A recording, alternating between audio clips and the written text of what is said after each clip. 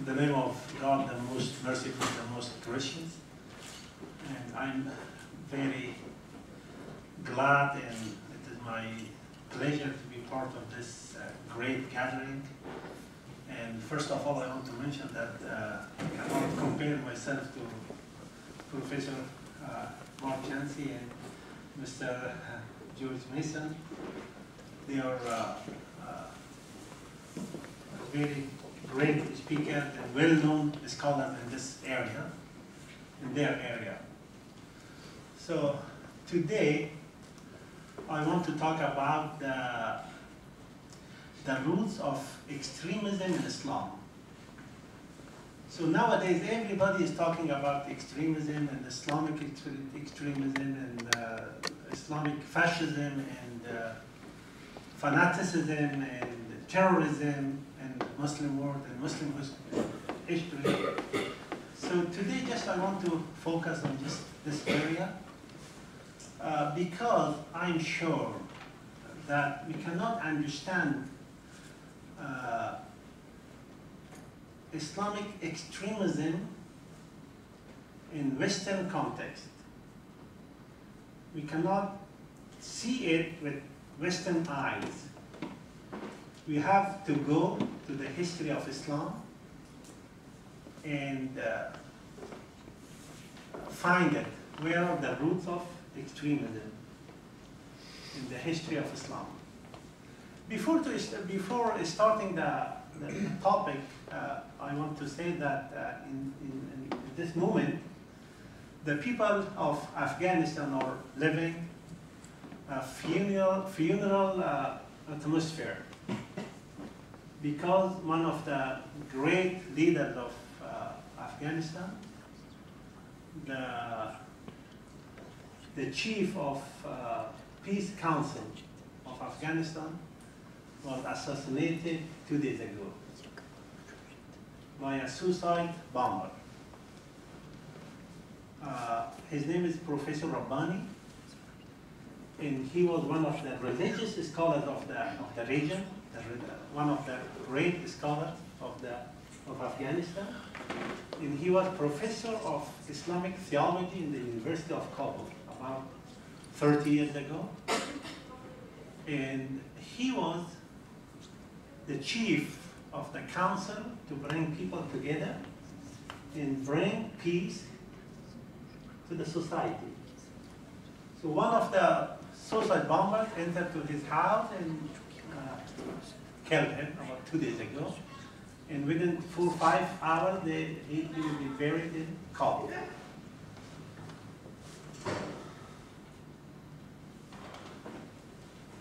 This is, in my opinion, a complex phenomenon. The issue of fundamentalism, extremism, and Muslim world. We can understand this phenomenon just in the context of Kharijites. Kharijites is a group emerged at the time of Ali, the fourth caliph, or the third caliph of Islam, Uthman. These groups in Muslim world, they are the continuation of Kharijites. Exactly. The characteristic that Prophet Muhammad, peace be upon him, talked about this group can be applied 100% on this group. So the relationship, today I want to talk about the relationship between these two groups, the similarities and the differences of the neo-Kharijites and the old one. The first slogan that they raised at the time of Ali, the fourth caliph, it was La hukma illa lillah. It means there is no authority except for God. So they were raising this slogan, but they were not saying what do they mean. La hukma illa lillah. No authority for other people. So God cannot come on earth and say, I am God, and I am asking you to do this or not do this. So they were aiming for this, by this slogan, that they are the representative of God on earth. Whatever they say, whatever they believe, it is from God. Whatever disagree with them, they are the enemies of God, they should be eliminated, they should be killed. The same ideology, the same mentality today is continuing in Muslim world. So there are some characteristics. The first one, Bukhari is one of the most reliable books of the tradition of Prophet Muhammad. In Muslim tradition, Bukhari comes after Quran. So it is a tradition of Prophet, the word of Prophet, recorded in Bukhari. There is a hadith in Sahih al-Bukhari, it says, يخرج قوم في آخر الزمان أحداث الأسنان سفهاء الأحلام يقرؤون القرآن والقرآن لا يتجاوز حناجرهم. There are a group of people, they are small in age, they are youth, and they are foolish. They are naive, and they are very weak in terms of their mentality.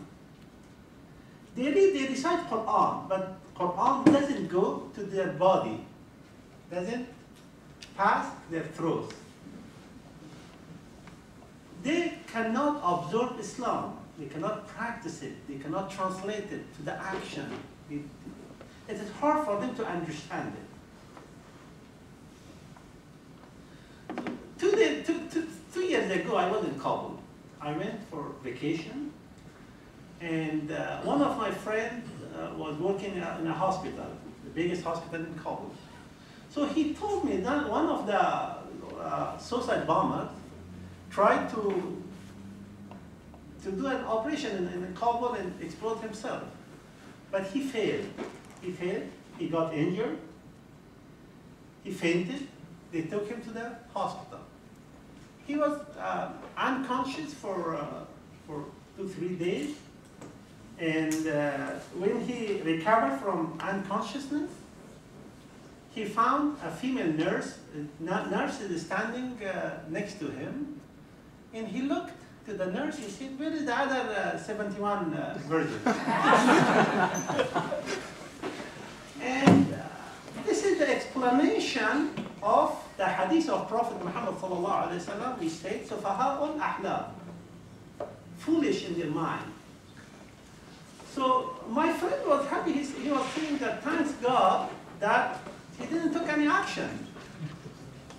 So he was very happy, and they came and they told him about the reality. He was thinking that he is in paradise, and he passed away, and now he has another life, and like that. So there is another sign for Kharijites.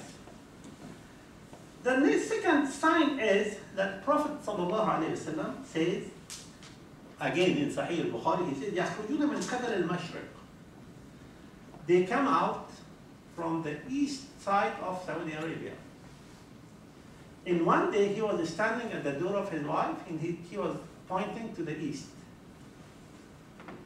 So I'm, if somebody, I think, you know that I'm from Afghanistan, and I'm by nature, I'm expert